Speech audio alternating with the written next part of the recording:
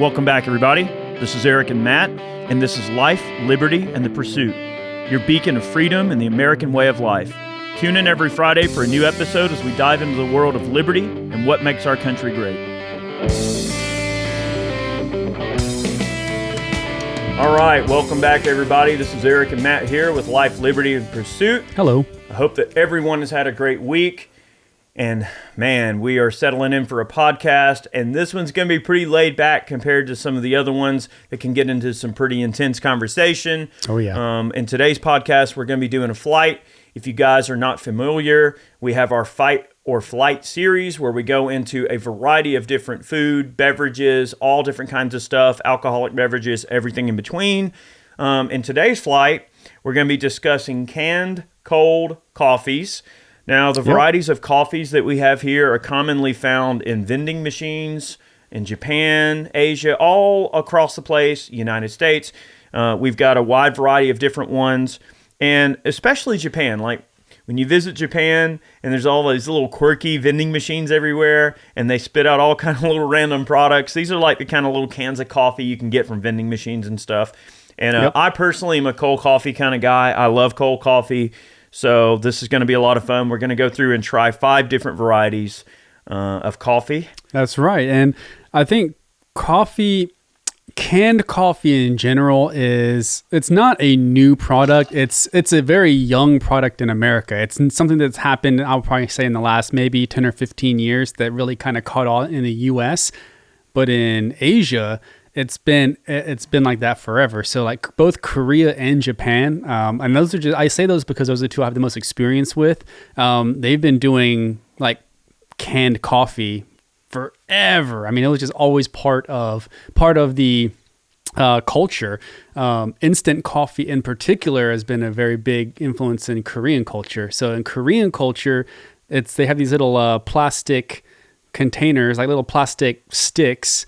And inside has the coffee, the instant coffee. It has sugar and cream. So it's already kind of pre-mixed in there as a dry good. And you just pour it in the little cup and you mix it with hot water. And bam, you got coffee. And then you got coffee. And the way that the serving sizes are set up is like in America, when you think of like, oh, I'm going to have a cup of coffee, you think of a proper, huge cup of coffee, which I probably kill like 10 cups of coffee a day at minimum. But in Asia, they usually take smaller cups. So it might be like those little tiny, it's almost like a shot. So it's like a cup of, so something like this. And that's perfectly normal for them versus me, floating hands. I got no hands. I mean, and the way that they make it with that cold brew style, it's very, very strong. It's a lot stronger than a normal brewing process. Yeah, a 3.5 ounce portion. So in American terms, that's a tiny little sip of coffee. That's like down it. It's like a quarter of a regular cup. Because I'm thinking like 10, 14 ounce cups. Yeah, so even this 11 ounce Royal Mills is still relatively. I mean, like for most Americans to drink coffee, like that's not a lot of coffee at all. Like you could down that and be going back for more. Like whereby Americans are brewing like entire pots and going through, like you said, 10 or 12 cups of coffee in a day and staying super caffeinated. You have to, and it's just part of the culture there. And I grew up with it, and I like it. I like coffee. I am a coffee connoisseur, as you say. Now, I will admit that I wasn't really big on drinking coffee until much later in life. And I would say I probably haven't been a hardcore coffee drinker until about the last 2 or 3 years.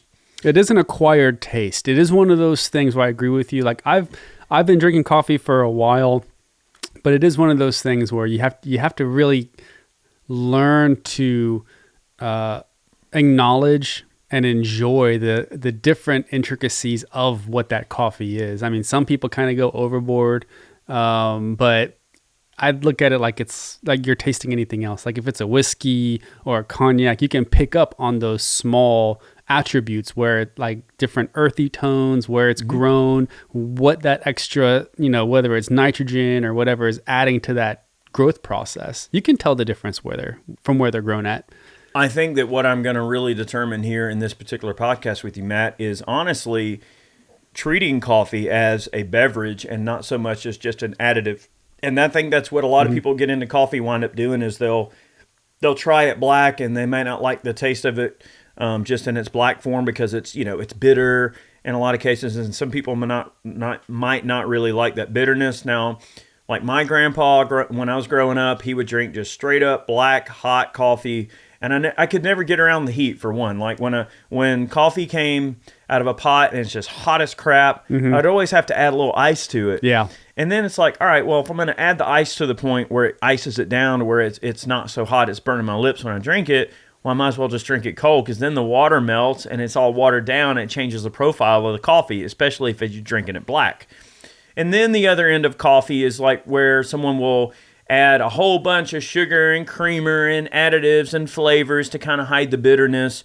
And admittedly, I'm guilty of that. Like for coffee, I would always just mask the flavor and just really receive it in terms of the benefits of the caffeine and get caffeinated. It's a caffeine delivery device. Yep, a caffeine delivery device and just get in there and then there's my coffee. But in recent years, and literally I would say more like recent months, I've gotten more into the concept of, okay, just cold black coffee with very, very little in it. Okay. Now, there's a lot of people that do a coffee deluxe, and a coffee deluxe just on a different point would be, maybe a little milk and creamer or something, and some people add a little liquor to their coffee and make it a coffee deluxe, or maybe like a CBD oil or something. So there's tons of, so coffee as a culture across the world, it's just important to make the distinction and to recognize that coffee is something that is a part of every single culture all around the entire planet and has been for centuries. So coffee is a very, very ingrained and important part of the entire human existence. So that's one thing that's cool is every culture does their coffee a little bit different, right? Like, so this kind of quirky canned, like vending machine coffee, like that's kind of that's part of that culture, right? Like, hey, it's quick and easy, crack it open, it's accessible, it's ready to drink. And that may not necessarily wind up going towards the same type of, let's just say, societal situation where, okay, you look at the guys over in Iraq or in Turkey or in Afghanistan or anywhere like that where, in the Middle East, where they take coffee as like this ritual. Like when they make chai, they make coffee. Like they're gonna. Them dudes, they'll stop a firefight when it's time to make chai. Like them dudes will be like, "All right, we're done. Time for tea." Yeah, time for tea. But that's the thing. It's like that those people they'll look at it more along the lines of, hey, or like the British, for instance, like coffee is a ritual, right? Like coffee is something that they. All right, tea is it's a time ritual. for coffee. Yeah, tea, coffee, all those things are a ritual. You're going to go through and make it and go through, we're going to use the French press and all the different ways you can make coffee. So some cultures appreciate the art of making the coffee and doing it yourself and having it nice and fresh and hot versus in this situation, this is more of a, hey, I need my pick-me-up. And so I guess the question that we're posing here in this podcast is, all right, what does this stuff taste like? Like we're talking black, cold coffee right out of a can. There it is. Well, I drink my coffee black anyway. So with it being black, that's right up my alley. As far as it being cold brew, I'm perfectly fine with that. Yeah. I am curious to see, how the flavor is after it's shelf stable because it's not just pure coffee like they do have to add some additives in there to make that shelf stable. And I read the ingredients. I think there was like one or two in there that I don't know exactly the names of them. I can't really pronounce them because they're additives, but they're there. I'm curious. I'm excited, but also if you want to make your own cold brew coffee at home, it's very easy. All you do is grind your beans very, very coarse, and you're just steeping it for 24 hours. So you're just taking a big pitcher, putting like a cheesecloth, and you wrap those ground coffee beans in a cheesecloth and just let it steep in the water in the refrigerator overnight. The next morning, you pull that cheesecloth out with the beans, and you have cold brew coffee. Right. It's not that you're pouring the coffee over ice. If you pour the coffee over ice, it dilutes it and it melts it. It'll make it cold, but you're not getting that concentrate. But man, you hit that cold brew coffee that you let steep for 24 hours, it'll light you up at 9 o'clock in the morning. All right. Also, another point of distinction that I feel is important to associate with all the coffees that we have here on the table. All of these, I think with the exception of one, are non-flavored and straight up black. And don't be fooled, right? You would think, okay, a canned coffee, like that's not premium, right? That's dirt cheap. That's like you think, oh, $1, Coke out of a vending machine. And you think, oh, well, it can't be a good product, can't be premium because it comes in a can. No. Think again. Some of the stuff, the average price on these coffees are, I think on the bottom end, we have our Royal Mills black coffee. I think I pay $2 a can for this. Up to the top end, I want to believe is not for the serving size, because this is a small serving size, but the Boss Black, all right, so think that this is just a little 3.5 ounce can. I think these are like $3. So $2 to $3 in that ballpark, with the only exception being the UCC. This is just physically a larger cold brew. It's more coffee. So yeah, I think this was like $3.50. Yep. So you're not talking cheap. Like it still has the association of a premium product in terms of the price. So let's see if a $2, because you have this expectation, wouldn't you, Matt, of like what a $2 or $3 cup of coffee should be. Right. Like you can go to McDonald's and get a coffee for $1. Yep. $1 large, any size coffee, Right. So what is $2 to $3.50 getting us in a coffee? And is the shelf-stable canned attribute of this something that is desirable and that doesn't tarnish the quality of the coffee? I guess that's what we're trying to determine. And also, with the majority of these being Japanese, in Japan, vending machines, when you think vending machines, it's not cheap. It's like when you go to Japan, you can literally walk down the street and they'll be in an island on the sidewalk, and it's surrounded by vending machines. In the middle of the island that you can't see are actual cooks cooking inside, and the back of the vending machines, they're putting the fresh food into the machine, into the little cabinet, and the person's walking by, they put the credit card in and they open it and they grab the food. So it's not like that food sits there. I saw it with my own eyes. It was absolutely amazing. You see the little Japanese guy back there making a hamburger and french fries, and he just puts it in there. Isn't that cool? And then he hits a little light, and you walk by and you see the green light, and you're like, oh, that's in there. I can grab that. And you just walk by and grab it. And it's like $5. And get this, 24 hours a day, 7 days a week. It doesn't matter. It's so strange. Now, I've never been to Japan, but I know a lot of people that have been, and they always tell me, like, dude, you don't get it. Like, you could be hanging out at 2 a.m. and I'm hungry, and then you go out to the vending machine and, you can get food. You can. There's always food. It's always accessible. You can get anything. And there's all these quirky vending machines. And the cool thing about them, too, is that they're in these really random places. Like, you would think, man, what is this weird alley? And like, oh, there's a vending machine. It's like a little cat on it. Hello. It's so random, Yeah, dude. You'll be walking down the street and like you'll see a vending machine full of socks.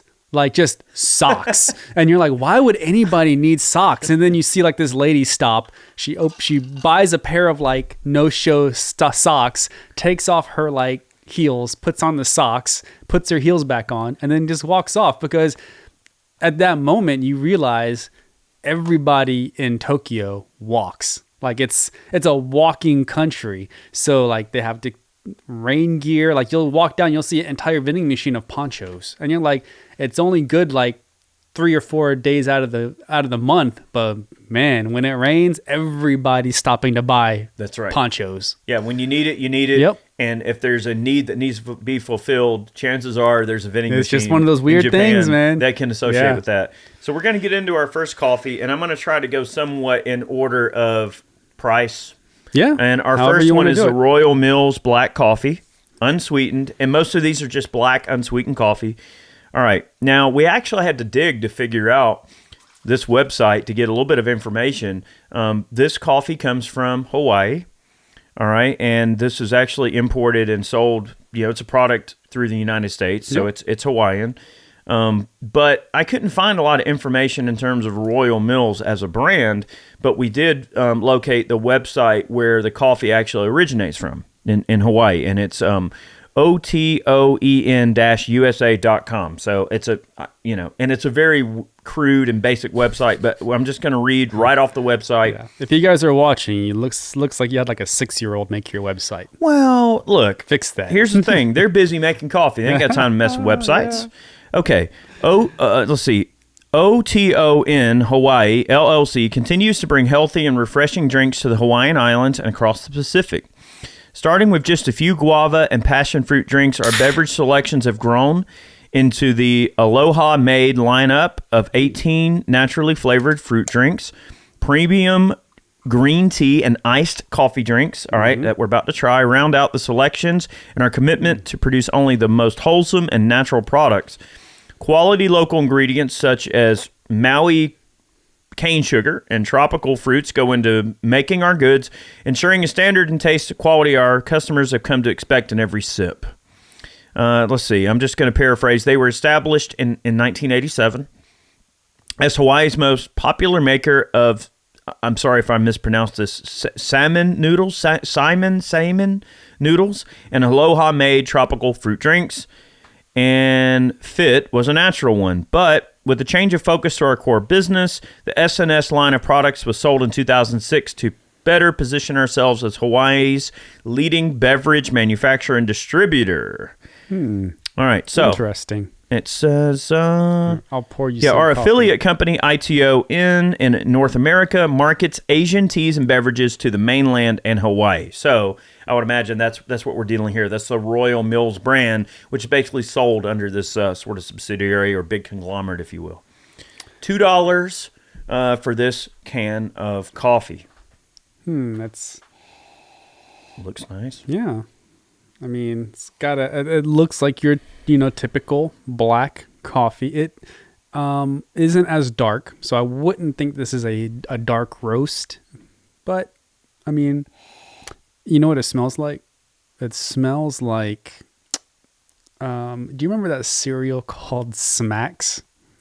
Yeah. With the bear on it? Yeah. Doesn't that smell? It smells exactly like Smacks. That's Dude, what it reminded me. you just put me back in my childhood, man. Holy like it crap. smells like... Do they like still Smacks. make Smacks cereal? I don't know, but that's what... Like, that brought me back. I was like, that's like the cereal. Now, there's two very different observations that are about to occur here. One is an experienced black coffee drinker, and then me, who admittedly, up until not very long ago, I usually try to kind of sugar my stuff up a bit and sweeten it up. So I'm not huge on black coffee, but I'm going to give it a shot. Oh, man, it's world-changing. Ready? Yep.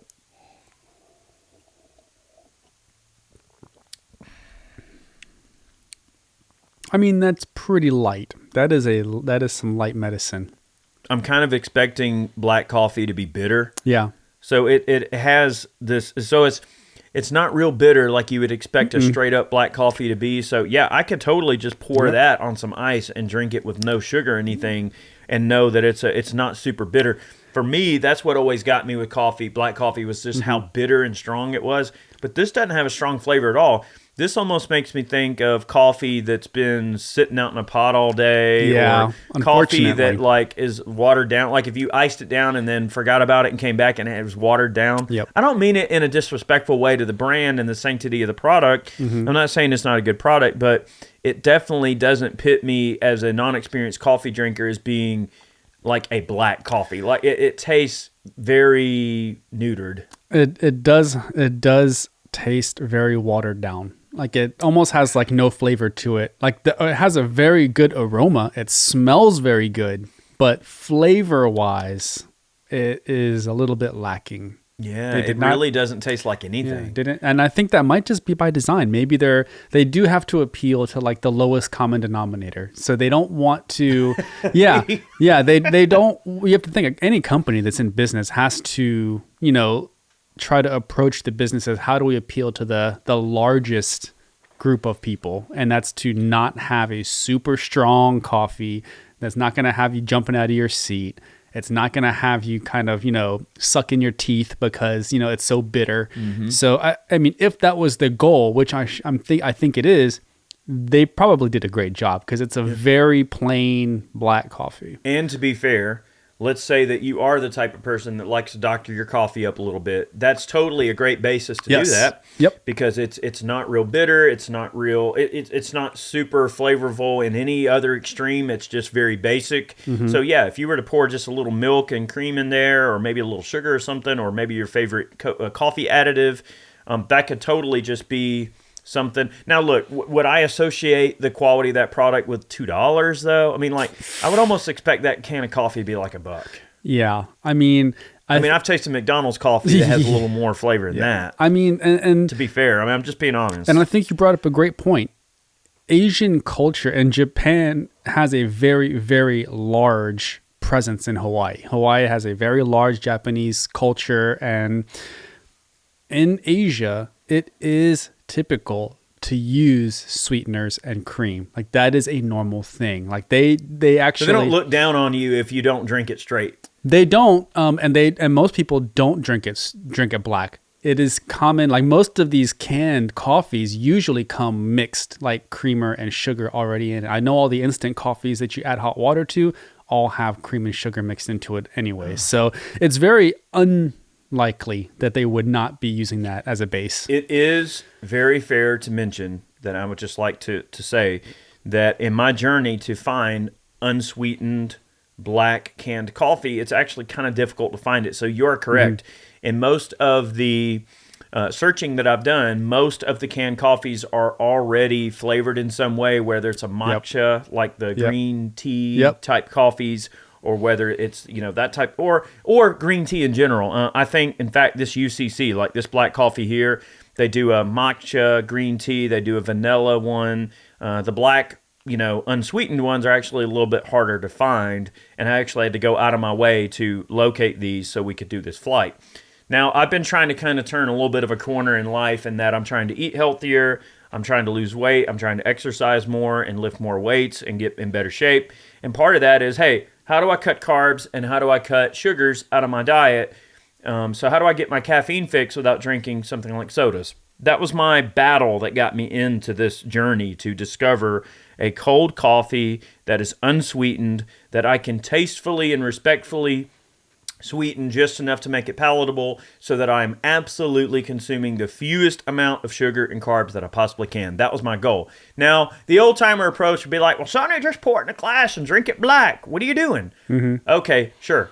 Granted, you're right. Now, in chasing that goal, I could totally, all right, now, whereby the Royal Mills doesn't quite have the flavor profile of a full-on black cup of coffee out of an American coffee pot that's real strong, I could ice that down, and with no sugar, no additives, it's palatable enough to where I can just drink it like I would drink water and still get some caffeine, get caffeinated and still drink coffee. So I didn't know that, and I wouldn't have known that had I not tried it black with nothing else in it. I just immediately went, all right, I'm going to doctor it up the way I do and assume that you have to doctor it up to make it palatable, and that's not the case. So really, the Royal Mills does win a few points in my regard because it's easy to just pour in a glass and drink, and it doesn't taste bad. Yep, and all of these you can buy on Amazon, by the way. Okay. So just so you can go on Amazon, buy any of these. Link We're going to go down the... just kidding, just kidding. We're going to go down the rabbit hole here now. This next one that we're going to get into is from UCC Coffee Company. Now, admittedly, out of all of these, this is the one that I've had the most access to. I have purposely not tried all the rest of these coffees until Matt was here because I wanted us to experience them together. But, so we were up at the local H Mart, and it's up in your neck of the woods. That's right. And I saw this coffee, and I thought it was just cool, and I wanted to give it a try. And I thought, well, heck, I'll buy a few cans of it, and I'll give it a shot. So I found this UCC black coffee. I bought a few cans, went home, proceeded to, give them a try and doctor them up a little bit. I was like, wow, I really like this coffee. Like when I crack it, it smells good. It's just, this coffee was doing it for me. So then that's when I got down the rabbit hole of, well, what else is out there? Because it's always cool to think, well, what if there's something really great that is better than this? And maybe I just got the lowest common denominator and didn't realize maybe this was the worst. If there's something better, well, I need to know if it's better so I can buy it because the prices are so similar. Yep, and H Mart is a really cool store. I know that you love going there every time you're up in my neck of the woods. Interesting fact, I believe that whole and H Mart is everywhere in all the major cities. It's just an Asian market, predominantly Korean, but it has stuff from all Asian countries. It's actually owned by the son of the guy that owns Samsung. So that's like his little project. It's like you have Samsung, you have the Samsung CEO's son, and then you have H Mart. Well, I will tell you this. So when it comes to Samsung, I have Samsung TV and a Samsung. I actually bought a Samsung washer and dryer. Nice. And it's cool because it sings to you when it's done. It does. Yes, I have the That's LG. so cool. It's I so have the quirky. LG version. So And I have a Samsung refrigerator. Yep. So I've come to really respect and like Samsung's products. So that's really cool. You know, it's nice to see that they're putting that work ethic that they use to push Samsung to do something with H Mart to where, you know, they're really, you know, bringing that culture over to us. I like it. I dig it. I have I'm all about the LG, equivalent washer dryer, so it does sing to you when it's done, and the dishwasher too. It's like doo doo doo doo doo doo doo, and it just keeps going until you're like, fine.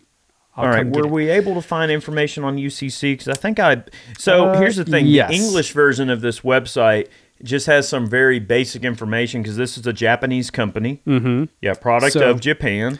And so the information was pretty basic. I think you have the Wikipedia page pulled up. Yes. All I was able to find was a very, very basic translated version that doesn't go into a lot of detail. All it really shows on the English version of the website is the product lines. So you can see what they make, what it is, but you don't really get much more of a description than that. So that's the reason you're not going to really get much of a description because there literally is none. Now, I would imagine the Japanese site probably has more information, but I can't read Japanese and I don't have time to translate it. But you have some information on the history. So I will enlighten you. So UCC stands for the Ushima Coffee Company Limited. And the LTD moniker is used by a lot of companies, but just not in the U.S., which I always thought was kind of weird. I like limited as a company, like as a little acronym. So the company was started as a single store named Ushima Tadao Shoten in 1933. It became a limited partnership in 1940, and in 1951 became Ushima Coffee Company. The company, so get this, the company introduced the world's first canned coffee, which was coffee with milk, which is what they do, in April of 1969. Wow. These, that's why I was said in Asia, it's always kind of been like this canned thing, where in the U.S., you didn't really see it too much. Everything was ground, fresh brewed, like coffee, like big coffee, carafe type, coffee. In Asia, it's always been this is always been a thing this size. So since the 60s, ever since I can remember, the way for canned coffees. Oh yeah, for canned everything. I mean, I'm almost positive. Even remember when we were in Iraq, they had the canned whiskey. It looked like a can of beer, but it was like canned whiskey. Yeah, I remember that. But that's everybody else in the world cans everything, and it's absolutely normal except for the U.S. I want to make an observation too. You ever grabbed a bottle of Sapporo beer and you notice how those cans are super tough? You can't even hardly squeeze them. They're really well-made cans. They don't crush they're strong. I wouldn't say this can is particularly as strong as a Sapporo can, but it's close. It's definitely a robust can, so it can seem like it could really take the rigors of travel and being handled in a vending machine and getting rolled around. So it's certainly a good quality in terms of the packaging. It's real basic. Let's face it, marketing's a thing. Look how, all right, you look at the Royal Mills, and it has the look of, all right, when you look at the Royal Mills can, it has the look of, I'm coffee. Inexpensive. Receive me. Can. Yes. Yep. I'm basic coffee, here I am, working man, here's my coffee. But when you get into this marketing, it's almost got an Art Deco look. If you look at the font they used, the colors, it's got more of a luxurious look to it because it looks more appealing to the eye when you look at the way that they market it. And let's face it too, they're clever to use the shape of can too, because I think that people associate a regular can like that with, let's just say, basic. They associate it with a cheap soda pop that just comes in that very industrial, basic size can, like a beer or soda. Yep. But this, it's like when you see it, you think, well, this must be a little more special. It's got the bottleneck. I don't know. It's just got that different look that separates it from everything else. So marketing's a thing. So it starts to put you into the mindset of, hey, this might be a little nicer, right? Well, it'll be interesting. At least you're led to believe so. It'll be interesting to see how it tastes because they actually own a coffee farm in Hawaii in Kona. So these are Kona coffee beans, probably the same Kona coffee beans that were used in the Royal Mills. It smells the same. And it very well could be almost the same people. It smells like, Smack cereal. I just smelled it. So it will be interesting. It might be a little bit darker. It is darker for sure. So it'll be interesting to see. But it smells very similar, right? Well,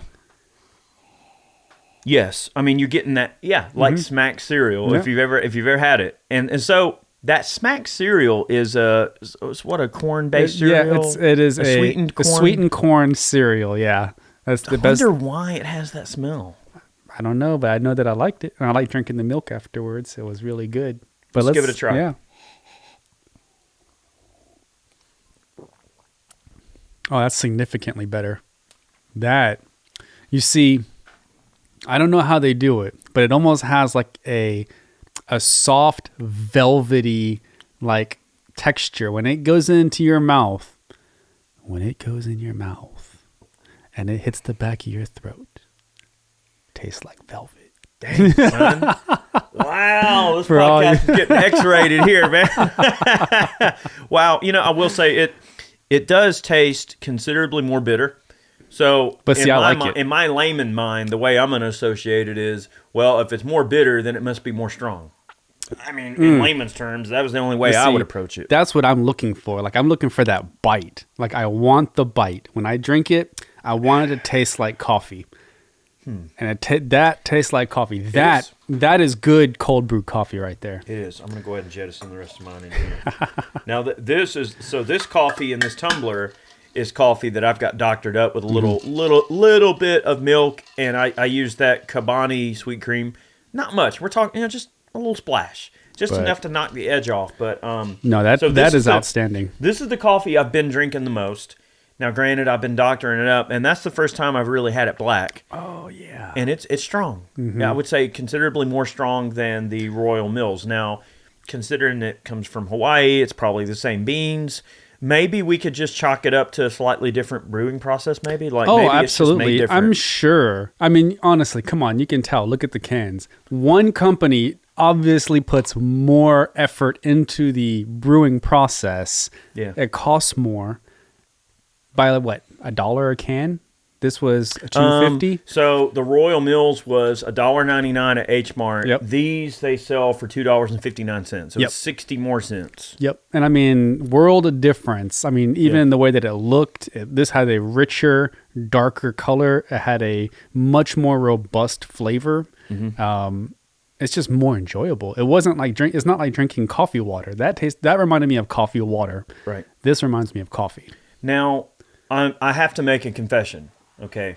I'm not overly sure that my palate, maybe I just haven't drank as much coffee as you have, but maybe I feel like my palate can't quite make out the finities and niceties of the differences, right? So all I really know is the difference is that coffee tastes a little bit more sedate and watered down, and this coffee's got more of a bitter, strong flavor. Now, is that to say the flavor itself is physically better? I don't know if I can really make that distinction, but I can say that it does taste good. Both of them taste good. It's just one tastes stronger than the other, and that's the only real But it also had a difference. different texture. I'm sure you kind of felt that texture, like when it went in, it had more of a mouthfeel to it. I guess if you were comparing it to like not if you were to blindfold, you think you were drinking water, but this, it's like, hey, this isn't just water. Oh yeah, this absolutely. Is Yep, that had depth to it. Okay. Yep. Yeah, I can get that. So while we're on UCC, let's go. We have another offering from UCC. Now, I had to go on. I think the website I ordered these from was Yami. A well-known Japanese grocery store site. Let's see. Yes, Yami is the name, because I was looking on my phone at the email that they sent the ad. Yeah, so it's Yami. It's like a online Japanese grocery store or Asian grocery store, and they sell kind of. So I had to get these through them because H Mart doesn't carry these. Do we have an affiliate link for those guys? I don't know, but look, here's the thing. So I had to get this through them. But I thought it was cool, and it's worth noting that this particular product has only been out in UCC's line since March of 2021. So this is still a relatively new product for them. This is something new in their stable, and this is it's worth noting that this is a larger serving size. So this is 16.9 fluid ounces, and this is also black, no sugar, and it's a cold brew. Now, I'm assuming that's probably going to have some difference in the way that it tastes and maybe the strength of it, but it's worth noting that this coffee was about $3. Now, granted, it's more coffee, so I would imagine because it's more product that, it would be a higher cost. Also, this is the only coffee in the lineup that is in a basic plastic bottle, much more simplified packaging. So this takes me as more of the on-the-go kind of person, just like the same way you would pick up a Coke or something out of a vending machine in a 20-ounce bottle. It's just plastic. You're going to drink it, discard it. Like, you're going to drink it from the bottle and not like pour this in something else, whereby the metal cans put me more in the line of, okay, yeah, you can drink it direct, sure, right out of the can, but this seems like something you would pour in something else. This seems like, we're just going to be booking down the road and drink our coffee. That almost seems like it would be designed for you to share, because that's way above the normal portion size. And you can just pour like a shot's worth in there, because I am getting amped. Like, yeah, give me like half of that. Like, that's good. I don't want to get, I don't want to get too far gone. I'm going to be. Because we are getting towards the end of the day. I don't want to get so amped up I can't sleep tonight. And I've already had like 10 cups of regular coffee. Right. This is going to have me jumping out of the seat. But I wanted to pour enough where we could see the color. Oh, yeah, absolutely. So let's check out the color. It's definitely a good, this is actually darker than the other one. It is. Yeah. All right, let's give it some. I've got high hopes for this. Let's give it some smells here. Ooh. Yeah. Okay. That right there, so that's very different. That right there puts me in the mood. Like, okay, like when we're talking about, okay. Not smacks. Yeah, not smacks, totally. Not sweet and corn-like, but more like this is like I'm putting my nose into a bag of coffee beans and smelling straight up coffee beans. I agree. And like, all right, I remember when I was a kid, and my pops would brew a big old pot of coffee, and I would go by and just catch a whiff of that coffee, right? Like, and it was super strong, had that real bitter and smoky bean-like kind of aroma, which was a good aroma, but I recall, like, whenever I would taste it, it tasted terrible. I didn't like the taste of coffee when I was a kid. I think it sort of turned me off. But this puts me more in line of, like, what I would expect a brewed pot of coffee to smell like when you just walk by you freshly brewed a pot of coffee. So of the coffees that we have here today, this is probably the truest form of coffee we have, because it's literally 2 ingredients: water, coffee. Let's taste it. That's it. I want to taste water, coffee. Here we go.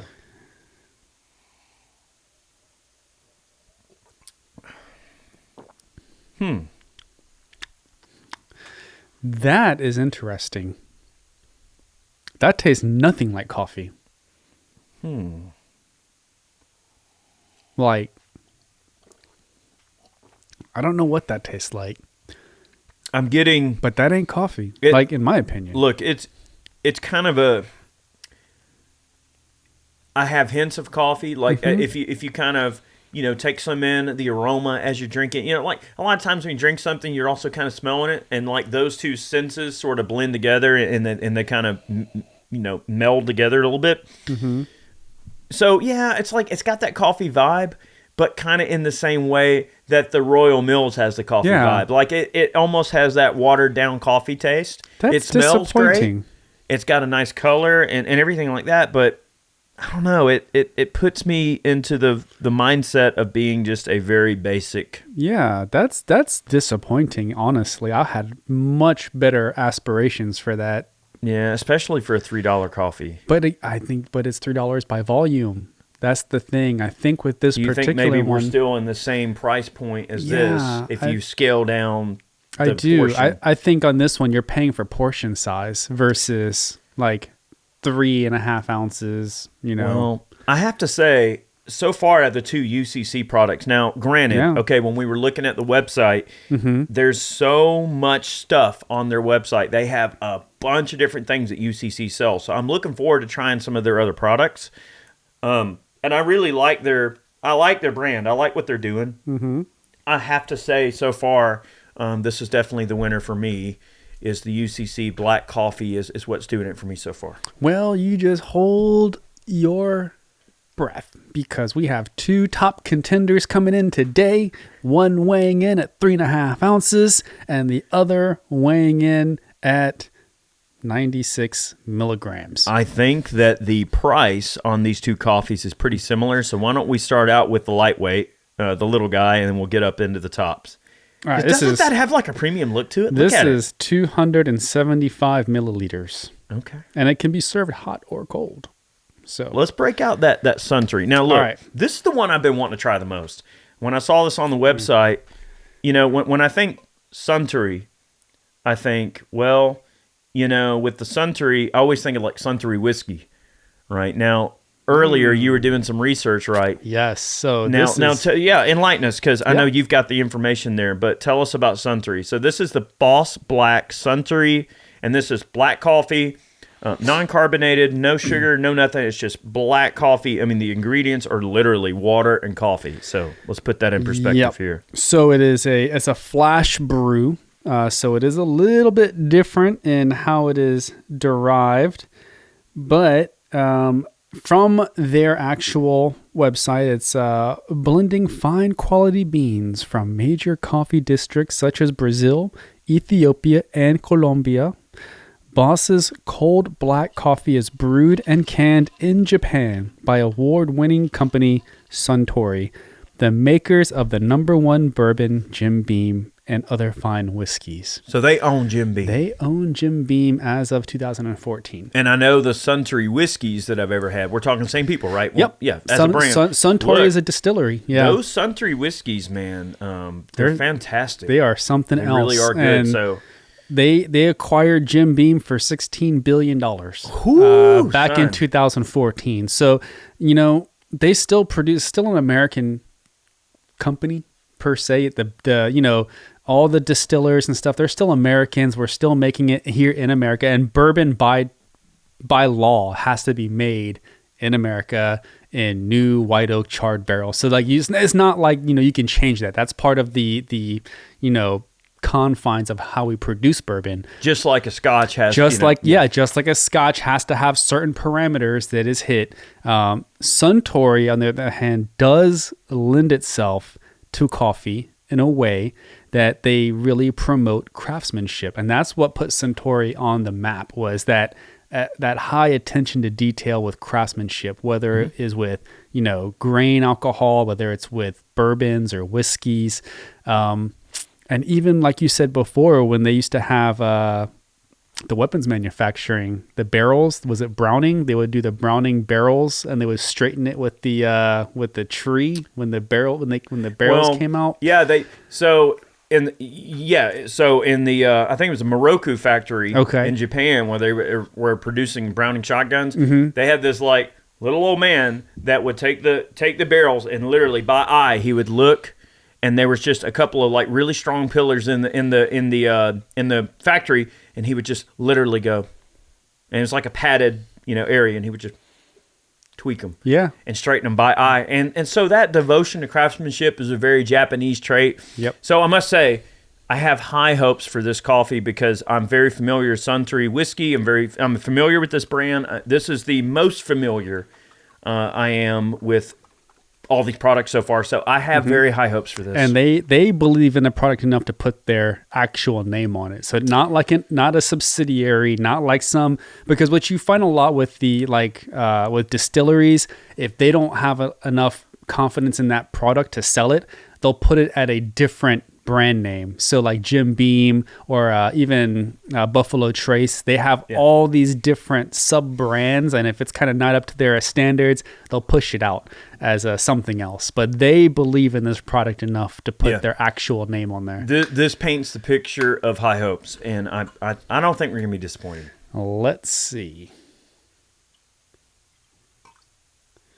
All right. Alrighty. Okay. Well, it is a little bit lighter. No, that's pretty dark. Okay. It's just the volume of the glass. Ooh, baby. Yeah, that smells pretty good. That smells like Grandpa's coffee there. So this is the one that certainly puts me most in line of like a traditional coffee that that my grandpa would make. Let's give it a try. All right.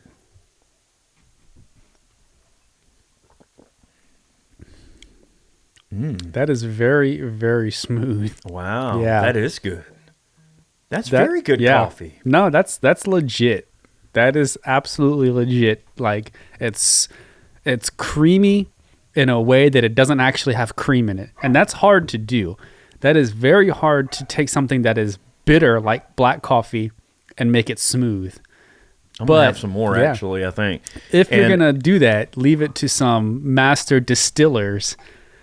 Leave it to some master distillers to be able to pull that bitterness out and make something smooth. Not only, but here's the clear distinction that we have to. I got to make another observation.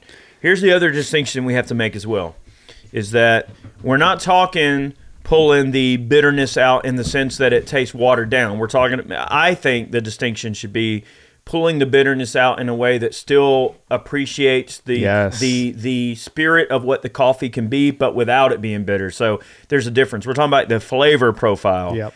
And I'm not a very experienced coffee drinker, but I can say that this puts me more in the line of a great coffee. Like, it tastes good. And I don't think there's a bias that exists because I have high expectations for Suntory. That's not it. It's more of I do understand the amount of respect and care they put into doing their whiskeys and things. So, yeah, there might be that baseline expectation, but it's more of a confirmation of my bias, I suppose. Now, remember what I said earlier about the Sapporo cans and how tough they are? All right, I want you to take that can, and I want you to try to crush it.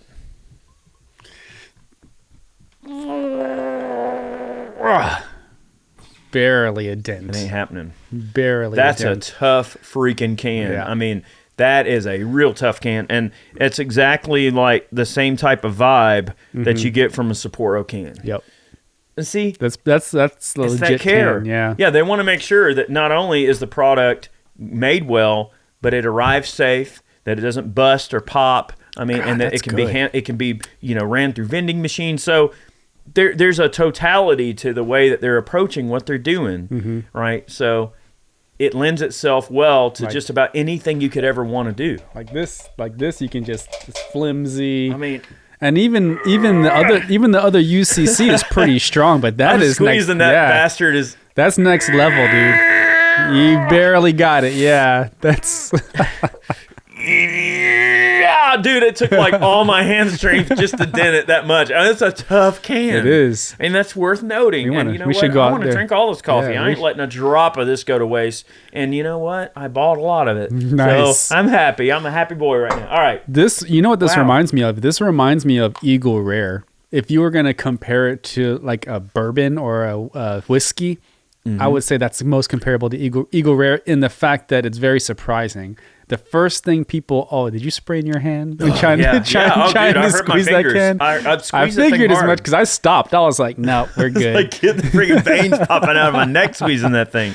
But that's what it reminds me of, is like it's so smooth, and like that initial reaction of like everybody that I've ever given Eagle Rare, they're like, oh no, I don't do whiskey, I don't do brown liquor. I'm like, just try it. Yeah. And then they try it and they're like, that's really smooth. Yep. That was that same reaction to black coffee. I agree. Oh. Now, one thing I want to add as well. All right. One tiny detriment. Granted, now, this is a great quality product. It's packaged well. It's marketed well. It comes from a heritage brand. And, but, all right, what is the distinction about this compared to everything else that you immediately see for the money? Oh, it's a much smaller portion size. Much smaller portion. Yep. All right, so when we associate quality to price, right, you always have to immediately think about portion. So if this costs $3, I think they were like $2.59 or $3. Yeah. All right, versus and that like costs $3. All right, what we must come to the conclusion of is that if this is considerably less product for the same money, it must be better. Yep. It holds to be true. And I think that holds water all day long, baby. Woo! Well, that coffee is fantastic. And it's not just confirmation bias. Like, it literally, like, this makes me want to pour it in my glass and drink it. The only thing I wish, it was more. Yep. I wish it was bigger. Well, but in holding true to that Japanese culture kind of thing of, small bits throughout the day, this is great if you just need to pick me up. You're not drinking a ton at a time. You don't want to get all jittery. Like, this does fit that kind of, model there. That and, in Japanese culture, like my grandmother was born in Japan. She was born in Okinawa. She's Korean, but she was born in Japan due to unforeseen circumstances in a war. But I digress. Wow. Yes. Well, in Okinawa, they have a reputation for having the longest lives. Like, they live the longest in general, just in Okinawa, Japan, and that's because they out of the whole world, or out just of the Japanese? whole world. Yeah, no, out of the whole world. Like, because they practice their average lifespan is the highest in the world, and that's because they practice. They have this. I'm not gonna say weird, but they have like this interesting practice of everything that you do, like food wise, you only do to 80%. So like if you're eating, they only eat to 80% full. So they always leave the table like a little hungry. They never like gorge themselves. It's just part of what they do in Okinawa, and their diet is a lot different too. But in Japan, they have a lot of, self-discipline. They kind of pride themselves on that. So everything they do, like as Americans, we're like, oh man, I want a bigger can, versus like in Japan, they're like, no.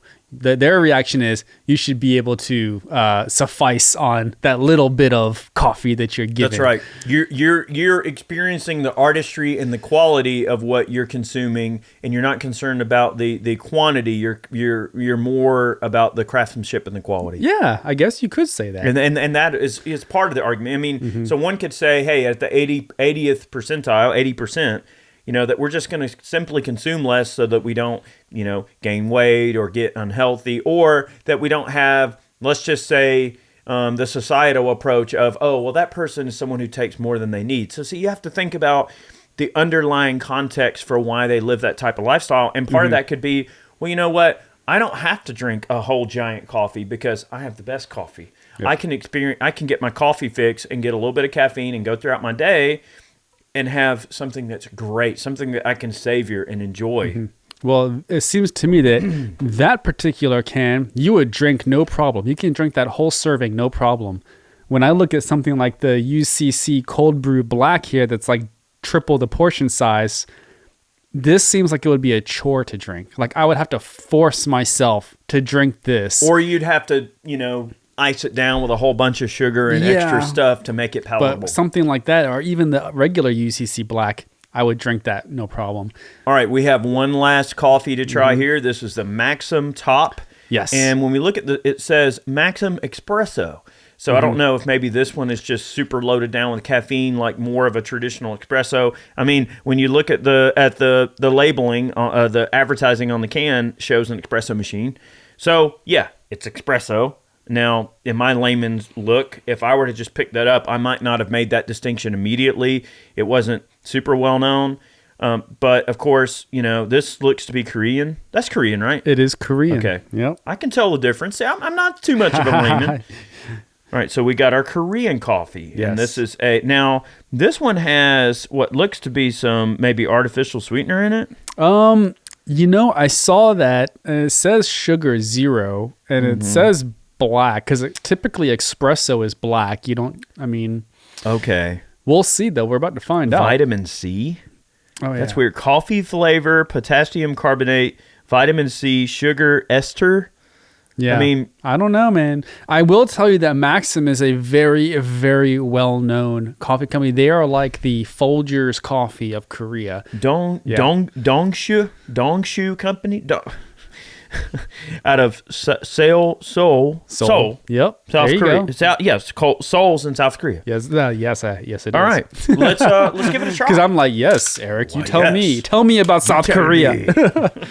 You got the stairway to heaven, right? So a little bit about Maxim. Maxim is the most famous Korean coffee brand in South Korea and around the world.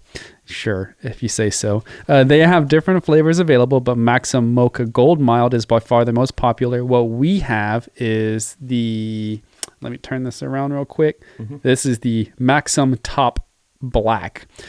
So this, again, it's known as the Folgers of Korea. So they're very, very well known for instant coffee. Like almost all of the instant coffee that comes out of Korea is Maxim.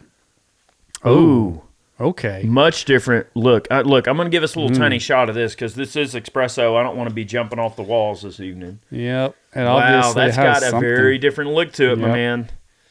This puts me in a different mood. Don't let me down there, Maxim. I mean, it definitely has a coffee smell, but it's pretty basic. Yeah, it does. And look how dang it, Maxim. Look how it kind of sticks to the side of the glass. Yep. Like, I don't know if that's the additives or the stuff they put in there. Like, none of the other coffees did that.